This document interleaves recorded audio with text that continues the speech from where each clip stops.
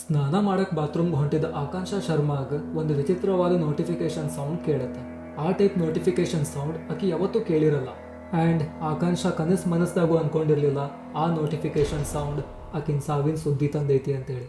Notification sound ಕೇಳಿದ ಕೆಲವೇ ನಿಮಿಷದಾಗ ಬಾತ್ರೂಮಿಂದ ನೀರೆಲ್ಲ ರಕ್ತ ಹರಿಯುತ್ತೆ. ಹರಿದಿರೋ ಆ ರಕ್ತ ಈ ಸ್ಟೋರಿ ಹಿಂದಿರೋ ಭಯಾನಕ ಸತ್ಯನ ಹೆಂಗೆ ಬಿಚ್ಚಿಡುತ್ತೆ ತಿಳ್ಕೊಳ್ಳೋಂಬರ್ರಿ. ಬಾಯ್, ಎಲ್ಲರಿಗೂ ನಮಸ್ಕಾರ ರೀ. ನಾ ರೀ ನಿಮ್ಮ ಕ್ರಿಟಿಕಲ್ ಕನ್ನಡಿಗ. ನೀವು ನೋಡತ್ತೀರಿ ಕ್ರಿಟಿಕಲ್ ಮಿಸ್ಟರೀಸ್. ನಿಜವಾಗ್ಲೂ ಅನ್ಕೊಂಡಿರ್ಲಿಲ್ಲ ಈ ಚಾನಲಿಗೆ ನೀವೆಲ್ಲ ಇಷ್ಟು ಅಟ್ಯಾಚ್ ಆಗ್ತೀರಂತೇಳಿ. ನಾ ಜಸ್ಟ್ 1 ಮಂತ್ ಗ್ಯಾಪ್ ತೊಗೊಳ್ಳೋದಿರಲಿ. Insta DM, Insta comments and YouTube ಕಮೆಂಟ್ಸ್ದಾಗೂ ಕೇಳಿದ್ರಿ, ಬ್ರೋ ಮಿಸ್ಟರೀಸ್ ವಿಡಿಯೋಸ್ ಯಾಕೆ ಮಾಡತ್ತಿಲ್ಲ ಅಂತೇಳಿ. ಸೊ ನಿಮಗೆಲ್ಲ ಪ್ರಾಮಿಸ್ ಮಾಡ್ತೀನಿ ರೀ, ಇನ್ಮೇಲೆ ನಾನು ರೆಗ್ಯುಲರ್ ಆಗಿರ್ತೀನಿ. ಆಕಾಂಕ್ಷ ಶರ್ಮಾ 26 ವರ್ಷದ ಈ ಹುಡುಗಿ ಗುರುಗ್ರಾಮ್ದಾಗ 18th ಫ್ಲೋರ್ ಟವರ್ ಅಪಾರ್ಟ್ಮೆಂಟ್ದಾಗ ಇರ್ತಿದ್ಲು. ಆ್ಯಂಡ್ ಅಲ್ಲಿಂದ 10 ಕಿಲೋಮೀಟರ್ ದೂರ ಇರೋ ಸೈಬರ್ ಸಿಟಿದಾಗ IT ಜಾಬ್ ಮಾಡ್ತಿದ್ಲು. ಒಂದು 7 ತಿಂಗಳಿಂದ ಶಮಾ ಬೇಗಂ ಅನ್ನೋ 31 ವರ್ಷದ ಹೆಣ್ಮಗಳ ಜೋಡಿ ಅದ ಅಪಾರ್ಟ್ಮೆಂಟ್ದಾಗ ಶೇರಿಂಗ್ ಮನಿ ಮಾಡ್ಕೊಂಡಿದ್ಲು. ಬಟ್ ಶಮಾ ಬೇಗಂ ಅತಿಯಾಗಿ ಸ್ಮೋಕ್ ಮಾಡೋ ಕಾರಣಕ್ಕೆ ಅವರಿಬ್ರು ಮಧ್ಯೆ ಜಗಳ ಆಗಿ ಶಮಾ ಬೇಗಂ ಶೇರಿಂಗ್ ಮನಿಯಿಂದ ಸಪ್ರೇಟ್ ಆಗಿರ್ತಾಳೆ ಆ್ಯಂಡ್ ಬೇರೆ ಕಡೆ ಶಿಫ್ಟ್ ಆಗಿರ್ತಾಳೆ. ಅವಾಗಿಂದ ಆಕಾಂಕ್ಷ ಒಬ್ಬಕಿನ ಇರ್ತಾಳೆ. ಆಕಾಂಕ್ಷ ಭಾಳ ಸ್ಟ್ರಿಕ್ಟ್ ಆ್ಯಂಡ್ ಡಿಸಿಪ್ಲೈನ್ ನೇಚರ್ಡ್ ಇರ್ತಾಳೆ. ಆ್ಯಂಡ್ ಅವ್ರ ಪೇರೆಂಟ್ಸಿಂದ 100 ಕಿಲೋಮೀಟರ್ಸ್ ದೂರ ಇದ್ರು ಅವ್ರ ಹೆಸರಿಗೆ ಏನು ಧಕ್ಕೆ ಆಗ್ಲಾರ್ದಂಗೆ ಜೀವನ ಮಾಡ್ತಿರ್ತಾಳೆ. ಆಕಾಂಕ್ಷಾಗ ಒಬ್ಬ 29 ವರ್ಷದ ಹುಡುಗ ಇಷ್ಟ ಆಗಿರ್ತಾನೆ. ಅವನ ಹೆಸರು ರಿತೇಶ್ ಅಗರ್ವಾಲ್. ರಿತೇಶ್ನು ಒಬ್ಬ IT ಜಾಬ್ ಹೋಲ್ಡರ್ ಆಗಿರ್ತಾನೆ ಆ್ಯಂಡ್ ಫಿಟ್ನೆಸ್ ಫ್ರೇಕ್ ಆಗಿರ್ತಾನೆ. ಬಟ್ ರಿತೇಶ್ ಸ್ವಲ್ಪ ಶಾರ್ಟ್ ಟೆಂಪರ್ಡ್ ಇರ್ತಾನೆ. ಸಿಟ್ಟಿದಾಗ ಬೇಗ ರಿಯಾಕ್ಟ್ ಮಾಡ್ತಿರ್ತಾನೆ. ರಿತೇಶ್ ಮತ್ತು ಆಕಾಂಕ್ಷ ಅವ್ರ ಪ್ರೀತಿ ಬಗ್ಗೆ ಅವ್ರ ಮನ್ಯಾಗ ಆಲ್ರೆಡಿ ಒಪ್ಸಿರ್ತಾರೆ. ಆ್ಯಂಡ್ ಎರಡೂ ಫ್ಯಾಮಿಲಿದವರು ಏನೂ ಅಡೆತಡೆ ಇಲ್ಲದೆ ಒಪ್ಪಿಗೆ ಕೊಟ್ಟಿರ್ತಾರೆ. ರಿತೇಶ್ ಎಂಥ ಶಾರ್ಟ್ ಟೆಂಪರ್ಡ್ ಇದ್ರು ಮಾತು ಆಕಾಂಕ್ಷಾದಂಗೆ ಬಂದಾಗ ಸ್ವಲ್ಪ ಸಿಟ್ಟಾಗ್ತಿರ್ಲಿಲ್ಲ. ಒಂದು ಲಿಮಿಟ್ ಮೀರಿ ಪ್ರೀತಿ ಮಾಡ್ತಿರ್ತಿದ್ದ ಆಕಾಂಕ್ಷಾಗ. ಸೊ ಕ್ಯಾರೆಕ್ಟರ್ ಇಂಟ್ರೊಡಕ್ಷನ್ ಅಂತೂ ಆತು. ಈಗ ಬರ್ರಿ ಡೈರೆಕ್ಟ್ ಈ ಒಂದು ದುರಂತ ನಡೆದಿರೋ ಡೇಟ್ಗೆ ಜಂಪ್ ಆಗೋಣ. ಜೂನ್ 23, 2025. ಶಮಾ ಬೇಗಂ ಆಕಾಂಕ್ಷ ಜೊತೆ ಜಗಳ ಮಾಡಿ ಸಪ್ರೇಟ್ ಆಗಿ 6 ದಿನಗಳಾಗಿರುತ್ತೆ. ಸೊ ಈ 6 ದಿನದ್ಲಿಂತ್ರ ಆಕಾಂಕ್ಷ ಮನ್ಯಾಗ ಒಬ್ಬಕಿನೇ ಇರ್ತಾಳೆ. ಬೆಳಿಗ್ಗೆ 7:15 ಸುಮಾರು ಆಕಾಂಕ್ಷ ಸ್ನಾನ ಮಾಡಕ್ಕಂತೇಳಿ ಬಾತ್ರೂಮ್ ಕಡೆ ಹೋಗ್ತಿರ್ತಾಳೆ. ಅದ ಗ್ಯಾಪ್ದಾಗ ಆಕಿಗೆ ಒಂದು ವಿಚಿತ್ರವಾದ ನೋಟಿಫಿಕೇಶನ್ ಸೌಂಡ್ ಕೇಳುತ್ತೆ. ಅದ ಸೇಮ್ ನೋಟಿಫಿಕೇಶನ್ ಸೌಂಡ್ ಆಕಿಗೆ ರಾತ್ರಿನೂ ಒಮ್ಮೆ ಕೇಳಿರುತ್ತೆ. ಬಟ್ ಆಕಿ ಅದನ್ನು ಇಗ್ನೋರ್ ಮಾಡಿರ್ತಾಳೆ. ಸೊ ಬಾತ್ರೂಮ್ಗೆ ಹೋಗುವಾಗ ಆ ನೋಟಿಫಿಕೇಶನ್ ಸೌಂಡ್ ಕೇಳಿರ್ಕೊಳ್ಳೋ ಆಕಾಂಕ್ಷ ಏಕ್ದಮ್ ಸ್ಟಾಪ್ ಆಗ್ತಾಳೆ ಮತ್ತು ಹಿಂದೊಳ್ಳಿ ಸರೌಂಡಿಂಗ್ ಒಂದ್ಸಲ ಚೆಕ್ ಮಾಡ್ತಾಳೆ. ಆ ನೋಟಿಫಿಕೇಶನ್ ಸೌಂಡ್ ಏನಾದರೂ ಒಂದು ವೇಳೆ ಆ್ಯಪಲ್ ಡಿವೈಸ್ದಾಗಿದ್ರೆ ಆಕೆ ಅದನ್ನು ಕಂಡು ಹಿಡಿತಿದ್ಲು ಮತ್ತು ಆಕಿನ ಫೋನಿಂದ ನೋಟಿಫಿಕೇಶನ್ ಸೌಂಡ್ ಅಂದ್ಕೊಂಡು ಇಗ್ನೋರ್ ಮಾಡಿ ಸ್ನಾನಕ್ಕೆ ಹೋಗ್ತಿದ್ಲು. ಬಟ್ ಆ ಒಂದು ಸೌಂಡ್ ಆ್ಯಪಲ್ದು ನೋಟಿಫಿಕೇಶನ್ ಸೌಂಡ್ ಇದ್ದಂಗೆ ಇರಲಿಲ್ಲ. ಸಮ್ ಆ್ಯಂಡ್ರಾಯ್ಡ್ ಫೋನಿಂದ ನೋಟಿಫಿಕೇಶನ್ ಸೌಂಡ್ ಇದ್ದಂಗೆ ಇರುತ್ತೆ. ಸೊ ಆ ಒಂದು ಮೂಮೆಂಟಿಗೆ ಆಕಾಂಕ್ಷಾಗ ಸ್ಲೈಟ್ಲಿ ಅನುಮಾನ ಬರುತ್ತೆ, ನಮ್ಮ ಮನೆ ಒಳಗೆ ಬೇರೆ ಯಾವುದಾದ್ರೂ ಒಂದು ಫೋನ್ ಇರ್ಬೋದು ಅಂತೇಳಿ. ಸೊ ಆ ನೋಟಿಫಿಕೇಶನ್ ಸೌಂಡ್ ಎಲ್ಲಿಂದ ಕೇಳಿರುತ್ತೆ ಅಲ್ಲೆಲ್ಲ ಹೋಗಿ ಹುಡುಕ್ತಾಳೆ. ಬಟ್ ಆಕೆಗೆ ಯಾವುದೇ ರೀತಿ ಮೊಬೈಲ್ ಫೋನ್ ಸಿಗೋದಿಲ್ಲ. ಸೊ ಆಫೀಸಿಗೆ ಲೇಟ್ ಆಗುತ್ತೆ ಅಂತೇಳಿ ಆಕಾಂಕ್ಷ ಸ್ನಾನಕ್ಕೆ ಹೊರಡ್ತಾಳೆ. ಆ್ಯಕ್ಚುಲಿ ಹಿಂದಿನ ದಿನ ನೈಟ್ ರಿತೇಶ್ ಮತ್ತು ಆಕಾಂಕ್ಷ ಪ್ಲ್ಯಾನ್ ಮಾಡಿರ್ತಾರೆ ನಾಳೆ ದ ಬಿಗ್ ಟ್ರೀ ಕೆಫೆಗೆ ಹೋಗಿ ಅಲ್ಲಿ ಟಿಫಿನ್ ಮಾಡಬೇಕು ಅಂತೇಳಿ. ಇವನ್ ಆಕಾಂಕ್ಷದ ಲಾಸ್ಟ್ ಮೆಸೇಜ್ ರಿತೇಶಿಗೆ okay I will be ready by 8 AM ಅಂತ ಇರುತ್ತೆ. ಸೊ 8 ಗಂಟೆ ಆಗುತ್ತೆ. ರಿತೇಶ್ ಆಕಾಂಕ್ಷ ಅವ್ರದ್ದು ಅಪಾರ್ಟ್ಮೆಂಟ್ ಕೆಳಗೆ ನಿಂತ್ಕೊಂಡು ಆಕಾಂಕ್ಷಾಗ ಕಾಲ್ ಮಾಡ್ತಾನೆ. ಬಟ್ ಆಕಾಂಕ್ಷ ಕಾಲ್ ಪಿಕ್ ಮಾಡೋಂಗಿಲ್ಲ. ಅಗೇನ್ ಟ್ರೈ ಮಾಡ್ತಾನೆ. ಸ್ಟಿಲ್ ಆಕಾಂಕ್ಷ ಕಾಲ್ ಪಿಕ್ ಮಾಡೋದಿಲ್ಲ. ಅವಾಗ ರಿತೇಶ್ ಡಿಸೈಡ್ ಮಾಡ್ತಾನೆ ಆಕಾಂಕ್ಷದ ಮನೆಗೆ ಹೋಗ್ಬೇಕಂತೇಳಿ. ರಿತೇಶ್ ಹೋಗ್ತಾನೆ. ಆಕಾಂಕ್ಷ ಅವ್ರ ಮನೆಯದು ಡೋರ್ ಬೆಲ್ನ ರಿಂಗ್ ಮಾಡ್ತಾನೆ.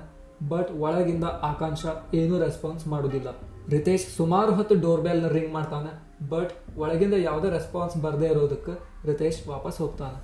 ಆಫೀಸ್ ಟೈಮ್ಗೆ ಮತ್ತೊಮ್ಮೆ ಕಾಲ್ ಮಾಡ್ತಾನೆ. ಸ್ಟಿಲ್ ಆಕಾಂಕ್ಷ ಕಾಲ್ನ ಪಿಕ್ ಮಾಡೋದಿಲ್ಲ. ಅವಾಗ ರಿತೇಶ್ಗೆ ಸ್ಲೈಟ್ಲಿ ಅನುಮಾನ ಬರುತ್ತೆ ಏನೋ ಆಗಿರ್ಬೋದು ಅಂತೇಳಿ.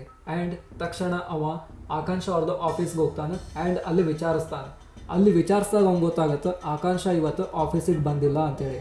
ರಿತೇಶ್ ಮನಸ್ಸಿದಾಗ ಒಂದು ಗೊಂದಲ ಶುರು ಆಗುತ್ತೆ ಮತ್ತು ಒಂದು ಹೆದರಿಕೆ ಹುಟ್ಕೊಳ್ಳುತ್ತೆ. ಇಮಿಡಿಯೇಟ್ಲಿ ರಿತೇಶ್ ಆಕಾಂಕ್ಷ ಅವ್ರ ತಂದೆಯವ್ರಿಗೆ ಕಾಲ್ ಮಾಡಿ ವಿಚಾರಿಸ್ತಾನೆ.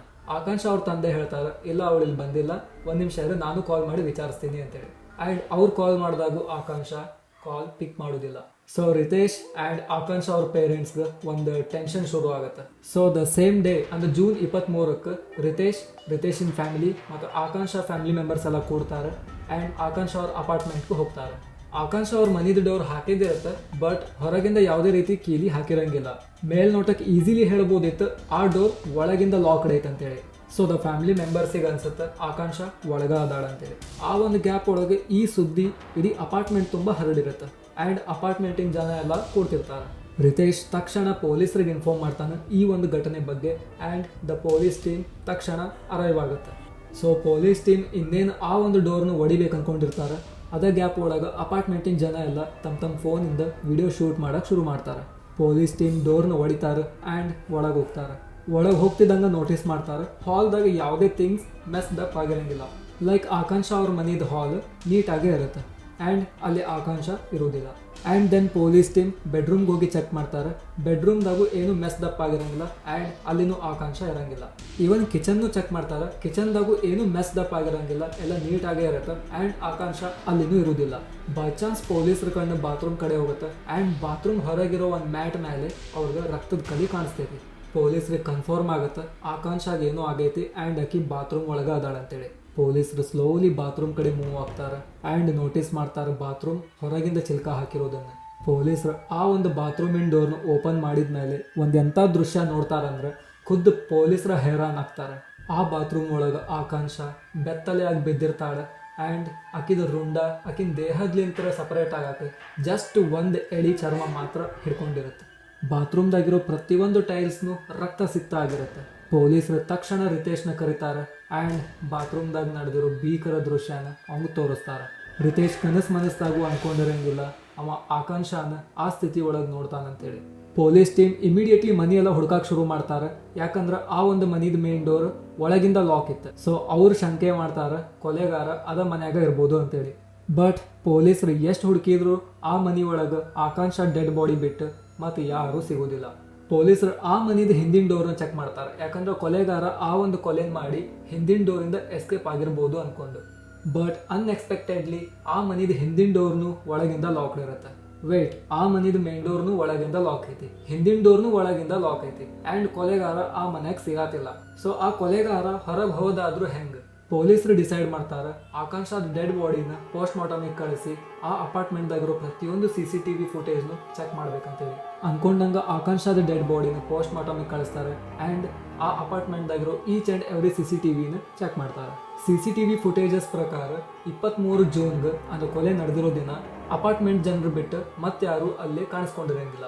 ಸೊ ಅದ್ರ ಹಿಂದಿನ ದಿನ ಅಂದ್ರೆ ಜೂನ್ 22ರದ CCTV ಫುಟೇಜಸ್ನ ಚೆಕ್ ಮಾಡ್ತಾರೆ. ಅವಾಗ ಅವ್ರಿಗೆ ರಾತ್ರಿ 8:45 ಸುಮಾರು ಒಬ್ಬ ವ್ಯಕ್ತಿ ಮುಖಕ್ಕೆ ಮಾಸ್ಕ್ ಹಾಕೊಂಡು ತಲೆಗೆ ಕ್ಯಾಪ್ ಹಾಕೊಂಡು ಅಪಾರ್ಟ್ಮೆಂಟಿನ ಮೆಟ್ಲ ಹತ್ಕೊಂಡು ಬರೋದು ಕಂಡು ಬರುತ್ತೆ. ಸೊ ಆ ಒಬ್ಬ ಅಪರಿಚಿತ ವ್ಯಕ್ತಿ 2-3 ಸಲ ಅಷ್ಟ ಮೆಟ್ಲ ಹತ್ತುವಾಗ CCTV ಫುಟೇಜ್ ಒಳಗೆ ಕಾಣಿಸ್ಕೋತಾನೆ. ಅದಾದ್ಮೇಲೆ ಆ ವ್ಯಕ್ತಿ ಯಾವುದೇ CCTV ಫುಟೇಜಸ್ ಒಳಗೂ ಕಾಣಿಸ್ಕೊಳ್ಳಲ್ಲ.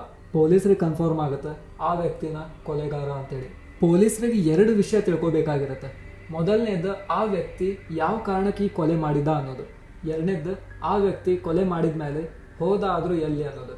ಯಾಕಂದ್ರೆ ಯಾವ CCTV ಫುಟೇಜ್ ಒಳಗೂ ಆ ವ್ಯಕ್ತಿ ರಿಟರ್ನ್ ಹೋಗಿದ್ದು ಕಾಣಿಸಿರಲ್ಲ ಆ್ಯಂಡ್ ಮನ್ಯಾಗ ಹುಡುಕಿದ್ರು ಆ ವ್ಯಕ್ತಿ ಸಿಕ್ತಿರಂಗಿಲ್ಲ.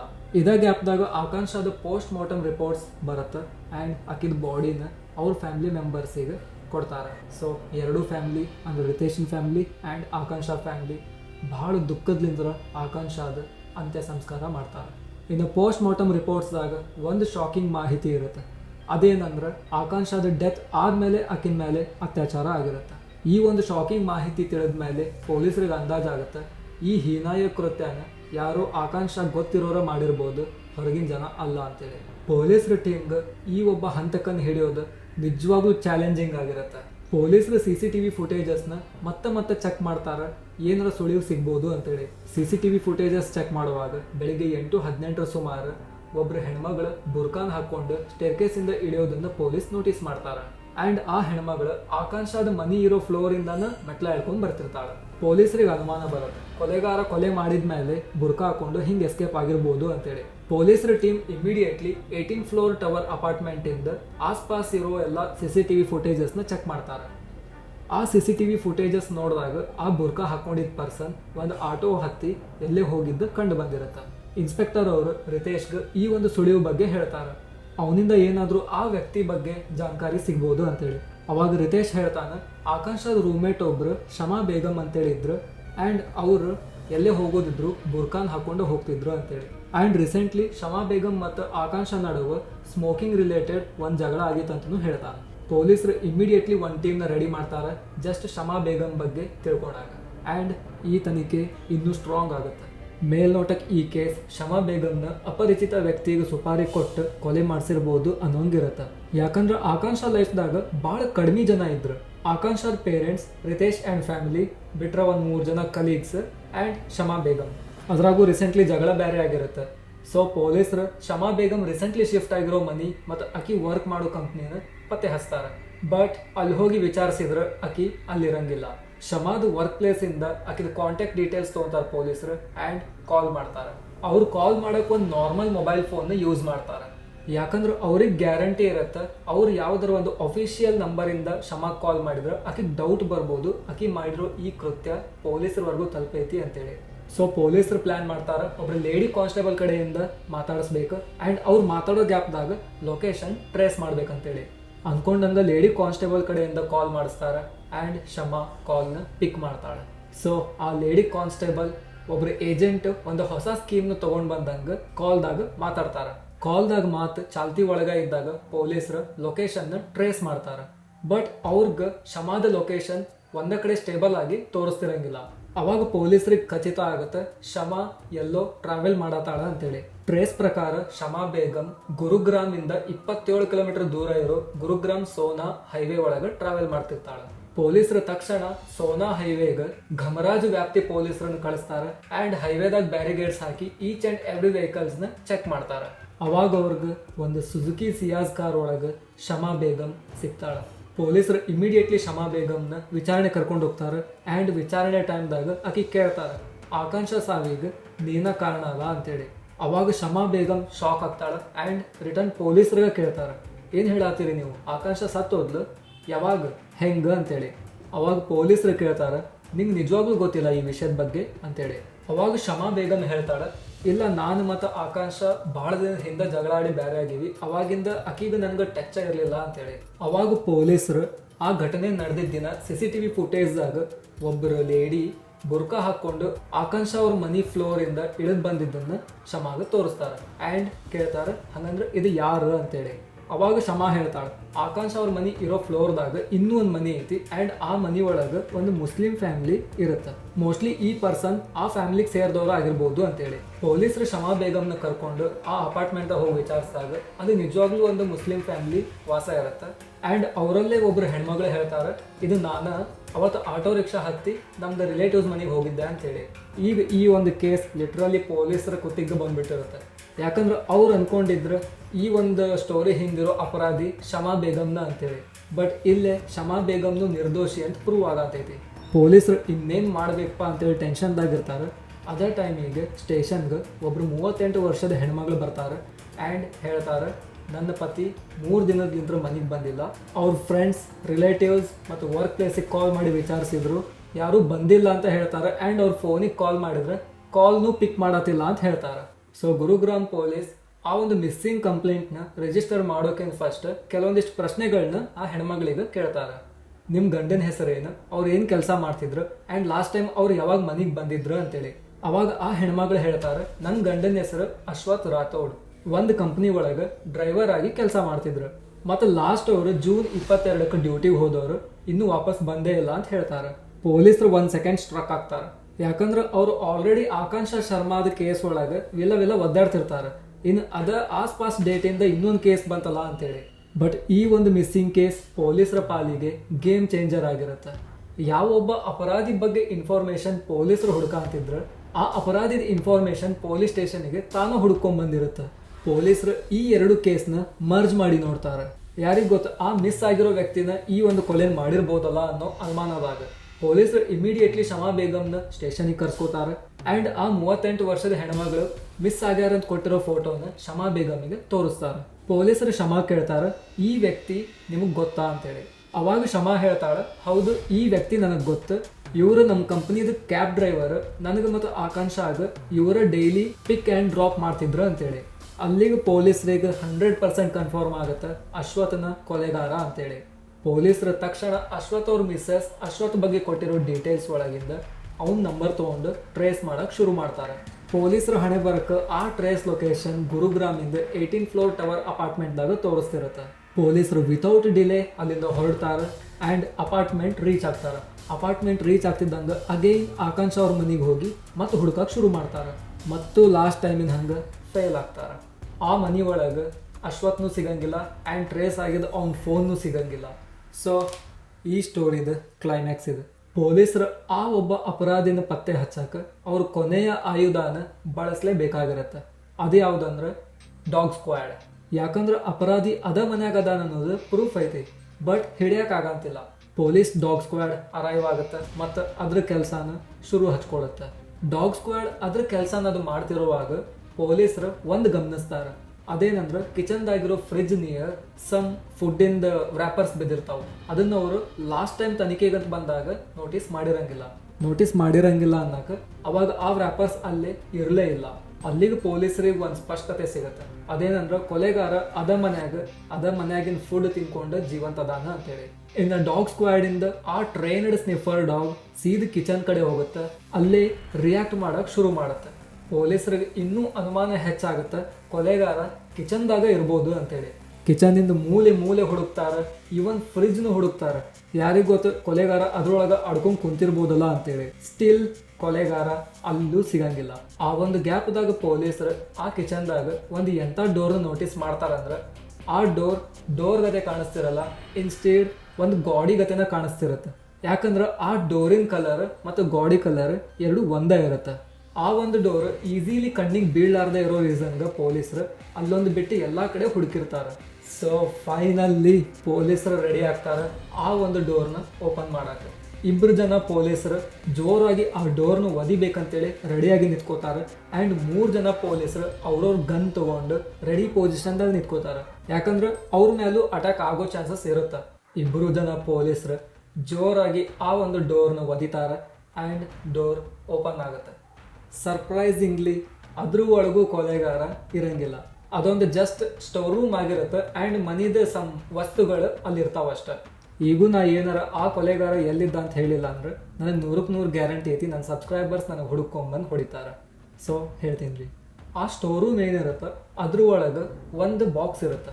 ಆ ಬಾಕ್ಸ್ನ ನೋಡಿದ್ರೆ ಸಣ್ಣ ಹುಡುಗರು ಹೇಳ್ತಾರೆ ಅದ್ರೊಳಗೆ ಯಾವುದೇ ಒಬ್ಬ ವ್ಯಕ್ತಿ ಹೋಗಂಗಿಲ್ಲ ಅಂತೇಳಿ.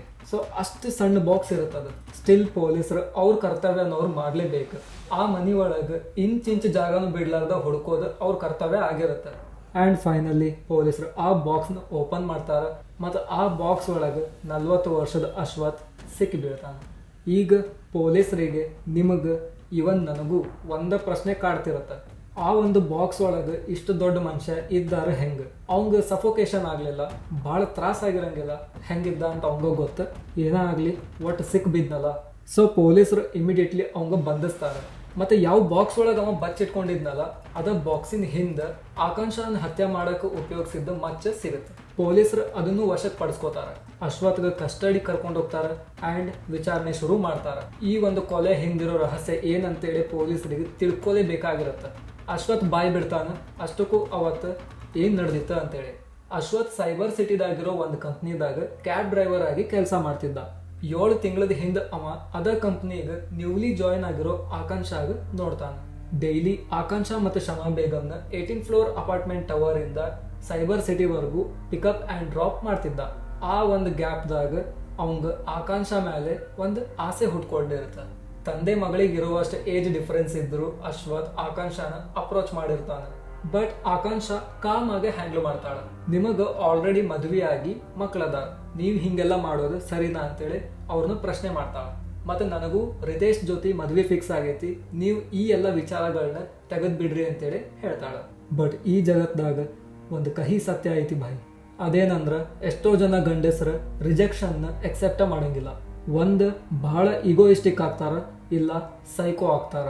ಸೃಷ್ಟಿ ನಿಯಮ ಅದ, ಒಂದು ಗಂಡಿಗೆ ಹೆಣ್ಣು ಇಷ್ಟ ಆಗೋದು, ಹೋಗಿ ಅಪ್ರೋಚ್ ಮಾಡೋದು. ಆದ್ರೆ ಏನು ರೂಲ್ಸ್ ಇಲ್ಲ, ಹೆಣ್ಣು ಅವಳಿಗೆ ಇಷ್ಟ ಇಲ್ಲ ಅಂದ್ರು ಎಕ್ಸೆಪ್ಟ್ ಮಾಡಲೇಬೇಕಂತೇಳಿ. ಇಷ್ಟ ಇಲ್ಲ ಅಂದ್ರೆ ಕ್ಲಿಯರ್ಲಿ ರಿಜೆಕ್ಟ್ ಮಾಡ್ಬೋದು. ಮತ್ತು ಆ ರಿಜೆಕ್ಷನ್ ಎಕ್ಸೆಪ್ಟ್ ಮಾಡೋ ಗುಣ ನಮ್ಮಲ್ಲಿ ಇರಬೇಕು. ಬಟ್ ಅಶ್ವತ್ಗೆ ಆ ಒಂದು ರಿಜೆಕ್ಷನ್ ಬಹಳ ಸಿಟ್ಟು ತರಿಸಿರುತ್ತೆ. ಆ್ಯಂಡ್ ಅವ ಮೆಂಟಲಿ ಡಿಸೈಡ್ ಮಾಡಿರ್ತಾನ ಆಕಾಂಕ್ಷನ ಫೋರ್ಸ್ಫುಲ್ಲಿ ಆದರೂ ಪಡ್ಕೊಲೇಬೇಕಂತೇಳಿ. ಎವ್ರಿ ಸಿಂಗಲ್ ಡೇ ಆಕಾಂಕ್ಷದ ನಡುಗೆನ ಭಾಳ ಸೂಕ್ಷ್ಮವಾಗಿ ಗಮನಿಸಕ್ಕೆ ಶುರು ಮಾಡ್ತಾನೆ. ಆಕೆ ಯಾವ ಟೈಮಿಗೆ ಏನು ಮಾಡ್ತಾಳೆ, ಎಲ್ಲೆಲ್ಲಿ ಹೋಗ್ತಾಳೆ, ಲಿಟ್ರಲಿ ಎಲ್ಲಾನು ಬಟ್ ಆಕಾಂಕ್ಷ ಗೊತ್ತಾ ಇರ್ಲಿಲ್ಲ ಶಮಾ ಬೇಗಂನ ಇಷ್ಟು ದಿನದ್ಲಿಂತ್ರ ಆಕೆನ ಉಳಿಸ್ಕೊಂತ ಬಂದಿದ್ಲ ಅಂತೇಳಿ. ಯಾಕಂದ್ರ ಅಶ್ವಥ್ ಶಮಾ ಬೇಗಂ ಸಲುವಾಗಿ ಆಕೆಗೆ ಹೆದರಿ ತನ್ನ ಸಂಚನ ಮುಂದೂಡ್ಕೊಂತ ಬರಾತಿದ್ದ. ಒಂದಲ್ಲ ಒಂದಿನ ಶಮಾ ಬೇಗಂ ಮನ್ಯಾಗ ಇರ್ಲಾರ್ದ ಆಕಾಂಕ್ಷ ಸಿಕ್ತಾಳ ಅನ್ನೋ ಗ್ಯಾರಂಟಿ ಮೇಲೆ. ಮತ್ತು ನಿಮಗೆ ಗೊತ್ತೈತಿ ಸ್ಮೋಕಿಂಗ್ ಮ್ಯಾಟರ್ದಾಗ ಜಗಳ ಆಗುತ್ತೆ ಶಮಾ ಬೇಗಂ ಮತ್ತು ಆಕಾಂಕ್ಷ ನಡುವೆ. ಆ್ಯಂಡ್ ಶಮಾ ಬೇಗಂ ಬೇಜಾರಾಗಿ ಆ ಮನೆಯಿಂದ ಸಪರೇಟ್ ಆಗ್ತಾಳೆ. ಅಶ್ವಥ್ ಅದ ಒಂದು ಸಮಯನ ಬಳಸ್ಕೊಂಡು ಜೂನ್ 22 ರಾತ್ರಿ 8:45 ಸುಮಾರು ಹೆಂಗೋ ಮಾಡಿ ಆಕಾಂಕ್ಷ ಅವ್ರ ಮನೆ ಒಳಗೆ ಹೋಗ್ತಾನೆ. ಆ್ಯಂಡ್ ಆಕಾಂಕ್ಷ ನಿಜವಾಗ್ಲೂ ಗೊತ್ತಿರಂಗಿಲ್ಲ ಆ ಹೈವಾನ ಆಕಿನ ಮನೆ ಒಳಗೆ ಬಂದಾನ ಅಂತೇಳಿ. ನೆಕ್ಸ್ಟ್ ಡೇ ಅಂದ್ರೆ ಜೂನ್ 23 ಬೆಳಿಗ್ಗೆ ಆಕಾಂಕ್ಷ ಸ್ನಾನ ಮಾಡಕ್ಕಂತೆ ಬಾತ್ರೂಮ್ ಹೋಗುವಾಗ ಏನೊಂದು ಮೆಸೇಜ್ ರಿಂಗ್ ಟೋನ್ ಕೇಳಿರುತ್ತೆ. ಅದು ಅಶ್ವತ್ತಿನ ಫೋನಿಂದ ಇರುತ್ತೆ. ಆಕಾಂಕ್ಷ ಬಾತ್ರೂಮ್ ಒಳಗೆ ಹೋಗಿ ಚಿಲ್ಕ ಹಾಕೊಂಡ್ ಮೇಲೇನೆ ಗೊತ್ತಾಗತ್ತೆ ಆಕಿನ ಹಿಂದೆ ಅಶ್ವಥ್ ಆಲ್ರೆಡಿ ಬಂದ್ ನಿಂತಾನ ಅಂತೇಳಿ. ಆಕಾಂಕ್ಷ ಅಶ್ವತ್ಗೆ ಬಾತ್ರೂಮ್ ಒಳಗೆ ನೋಡಿ ಕಂಪ್ಲೀಟ್ಲಿ ಶಾಕ್ ಆಗ್ತಾಳೆ ಆ್ಯಂಡ್ ಜೋರಾಗಿ ಚೀರಾಕ್ ಚಾಲು ಮಾಡ್ತಾಳೆ. ಅವಾಗ ಅಶ್ವಥ್ ತನ್ನ ಕೈಯಾಗಿದ್ದ ಮಚ್ ತೋರಿಸ್ತಾನೆ ಆ್ಯಂಡ್ ಹೇಳ್ತಾನೆ, ನನ್ನ ಜೊತೆ ಮಲ್ಕೋತಿಯೋ ಇಲ್ಲ ನಿನಗೆ ಕೊಚ್ಚಿ ಕೊಲೆ ಮಾಡ್ಲೋ ಅಂತೇಳಿ. ಆ ಮೂಮೆಂಟಿಗೆ ಆಕಾಂಕ್ಷ ಏಕದಮ್ ನರ್ವಸ್ ಆಗ್ತಾಳೆ ಆ್ಯಂಡ್ ಆಕೆ ತಿಳಿಯೋದೇ ಇಲ್ಲ ಏನ್ ಮಾಡ್ಬೇಕಂತೇಳಿ. ಆ ಗಾಬರಿ ಒಳಗೆ ಆಕೆ ಹಿಂತಿರುಗಿ ಬಾತ್ರೂಮ್ ಇಂದ ಎಸ್ಕೇಪ್ ಆಗಕ್ ನೋಡ್ತಾಳೆ. ಬಟ್ ಅಶ್ವಥ್ ತನ್ನ ಕೈಯಾಗಿದ್ದ ಮಚ್ ತಗೊಂಡು ಆಕಾಂಕ್ಷ ಕುತ್ತಿಗೆದ ಹಿಂಭಾಗಕ್ಕೆ ಜೋರಾಗಿ ಹೊಡಿತಾನೆ. ಮಚ್ಚಲಿಂತ್ರ ಹೊಡೆದಿದ್ದ ಆ ಒಂದು ಹೊಡೆತ ಎಷ್ಟು ಜೋರಾಗಿರುತ್ತಂದ್ರ ಆಕಾಂಕ್ಷ ನೆಲಕ್ಕೆ ಕುಸಿದು ಬೀಳ್ತಾಳ. ಮತ್ತೆ ರಕ್ತ ನೀರ್ ಹರಿದಂಗ ಹರಿಯಕ್ ಶುರು ಆಗುತ್ತೆ. ಆಕಾಂಕ್ಷ ತನ್ನ ಜೀವ ಹೋಗೋ ನೋದಾಗಿದ್ದಾಗ ಅಶ್ವಥ್ ಆಕಿನ ಬಟ್ಟೆ ಬಿಚ್ಚಕ್ ಶುರು ಮಾಡ್ತಾನೆ ಆ್ಯಂಡ್ ಆಕಿನ ಮೇಲೆ ಅತ್ಯಾಚಾರ ಮಾಡ್ತಾನೆ. ಎಂಥ ಘೋರ ಕೃತ್ಯ ಅಲ್ಲ. ಒಂದು ಹೆಣ್ಣು ಸಾವು ಬದುಕಿನ ಮಧ್ಯೆ ಹೋರಾಡುವಾಗ ಅಶ್ವತ್ಗೆ ತನ್ನ ಆಸೆನ ಮುಖ್ಯ ಆಗಿತ್ತು. ಅತ್ಯಾಚಾರ ಮಾಡಿ ಆದ್ಮೇಲೆ ಅಶ್ವಥ್ ಒಂದ್ಸಾರಿ ಚೆಕ್ ಮಾಡ್ತಾನೆ ಆಕಾಂಕ್ಷ ಬದುಕಿ ಉಳಿಯೋ ಚಾನ್ಸಸ್ ಐತಾ ಅಂತೇಳಿ. ಯಾಕಂದ್ರೆ ಅವ್ನಿಗೆ ಇಷ್ಟ ಇರಲಿಲ್ಲ ಆಕಾಂಕ್ಷ ಬೈ ಚಾನ್ಸ್ ಆಗಿ ಉಳ್ಕೊಂಡು ಅವನ ಮೇಲೆ ಕೇಸ್ ಫೈಲ್ ಮಾಡಿ ಅವ್ನ ಜೈಲಿಗೆ ಕಳಿಸೋದು. ಆ ಒಂದು ಕಾರಣಕ್ಕೆ ಅಶ್ವಥ್ ಡಿಸೈಡ್ ಮಾಡ್ತಾನೆ ಆಕಾಂಕ್ಷ ಆದ ರುಂಡನ ಆಕಿನ ದೇಹದ್ಲಿಂತ್ರ ಸಂಪೂರ್ಣವಾಗಿ ಬೇರೆ ಮಾಡ್ಬೇಕಂತೇಳಿ. ತನ್ನ ಕೈದಾಗಿರೋ ಮಚ್ ತಗೊಂಡು ಆಕಾಂಕ್ಷದ ಕುತ್ತಿಗೆ ಕೊಯ್ಯಕ್ ಚಾಲು ಮಾಡ್ತಾನೆ. ಅದ ಗ್ಯಾಪ್ದಾಗ ಅವಂಗ ಯಾರೋ ಜೋರಾಗಿ ಡೋರ್ನ ಬಾರಿಸ್ದಂಗೆ ಸೌಂಡ್ ಕೇಳತ್ತೆ. ಆ ಬಾಗ್ಲನ್ ಬಾರಿಸಿದ್ದ ಬೇರೆ ಯಾರು ಅಲ್ಲ, ರಿತೇಶ್. ಆ ಡೋರ್ ಬಾರಿಸಿದ ಸೌಂಡ್ ಕೇಳಿ ಅಶ್ವಥ್ ಹೆದರಿ ಓಡೋಗ್ತಾನೆ. ಮತ್ತೆ ಕಿಚನ್ದಾಗಿರೋ ಆ ಒಂದು ಹಿಡನ್ ಸ್ಟೋರ್ ರೂಮ್ನ ನೋಟಿಸ್ ಮಾಡ್ತಾನೆ. ಆ ಸ್ಟೋರ್ ರೂಮ್ ಒಳಗೆ ಹೋಗಿ ಒಂದು ಬಾಕ್ಸ್ ಒಳಗೆ ಅಡ್ಕೋತಾನೆ. ಮತ್ತೆ ನಿಮಗೂ ಗೊತ್ತೈತಿ ಡಾಗ್ ಸ್ಕ್ವಾಡ್ ಒಂದು ಇರಲಿಲ್ಲ ಅಂದ್ರೆ ಅಶ್ವತ್ನ ಹುಡ್ಕೋದು ಎಷ್ಟರ ಮಟ್ಟಿಗೆ ಕಷ್ಟದ ಕೆಲಸ ಇತ್ತು ಅಂತೇಳಿ. ಇನ್ನು ಈ ಒಂದು ಸುದ್ದಿ ಇಡೀ ದೇಶಾದ್ಯಂತ ಹರಡುತ್ತೆ. ಈವನ್ ಅಶ್ವಥ್ ಅವರ ಧರ್ಮ ಪತ್ನಿ ಕಿವಿಗೂ ಈ ಒಂದು ಸುದ್ದಿ ಬೀಳುತ್ತೆ. ಭಾಯ್ ನೋಡ್ರಿ, ಈ ಒಂದು ಸ್ಟೋರಿದಾಗ ಆಕಾಂಕ್ಷ, ಶಮಾ ಬೇಗಂ ಮತ್ತು ಅಶ್ವಥ್ ಅವರ ಧರ್ಮ ಪತ್ನಿ ಈ ಮೂರು ಹೆಣ್ಮಕ್ಳದ್ದು ಏನೂ ತಪ್ಪಿರಲಿಲ್ಲ. ಸ್ಟಿಲ್ ಅವರು ಸಫರ್ ಆಗ್ಬೇಕಾತ. ಯಾವ ರೀಸನಿಗೆ? ಒಬ್ಬ ವ್ಯಕ್ತಿದ ದುರಾಸೆ ಸಲುವಾಗಿ. ನಮ್ಮ ದೇಶದಾಗ ಇನ್ನೂ ಇಂಥವು ಸಾಕಷ್ಟು ಕೇಸಸ್ ಅದಾವು. ದುಷ್ಕರ್ಮಿಗಳು ಮಾಡಿದ ಕೆಲಸಕ್ಕೆ ಇನ್ನೋಸೆಂಟ್ ಜನ ಸಫರ್ ಆಗುವಂಥದ್ದು. ಐ ಹೋಪ್ ಇವತ್ತಿನ ಈ ವಿಡಿಯೋ ವ್ಯೂವರ್ಸ್ಗಳಲ್ಲೇ ಒಂದು ಜಾಗ್ರತೆ ಮೂಡಿಸ್ಲಿ, ಇಂಥ ಕ್ರಿಮಿನಲ್ ಮೈಂಡೆಡ್ ಜನರಿಂದ ದೂರ ಇರುವಂಥ ಅವೇರ್ನೆಸ್ ಮೂಡಿಸ್ಲಿ ಅಂತೇಳಿ. ಸೊ ಇದ ನೋಡ್ರಿ ಬಾಯ್ ಇವತ್ತಿನ ವಿಡಿಯೋ. ಇಷ್ಟ ಆಗಿದ್ರೆ ಲೈಕ್ ಮಾಡಿರಿ, ಶೇರ್ ಮಾಡಿರಿ, ಸಬ್ಸ್ಕ್ರೈಬ್ ಮಾಡಿರಿ. ಆದಷ್ಟು ಲಗು ಇನ್ನೊಂದು ವಿಡಿಯೋದಾಗ ಸಿಗೋದಂತ. Thank you so much. Love you all. Bye.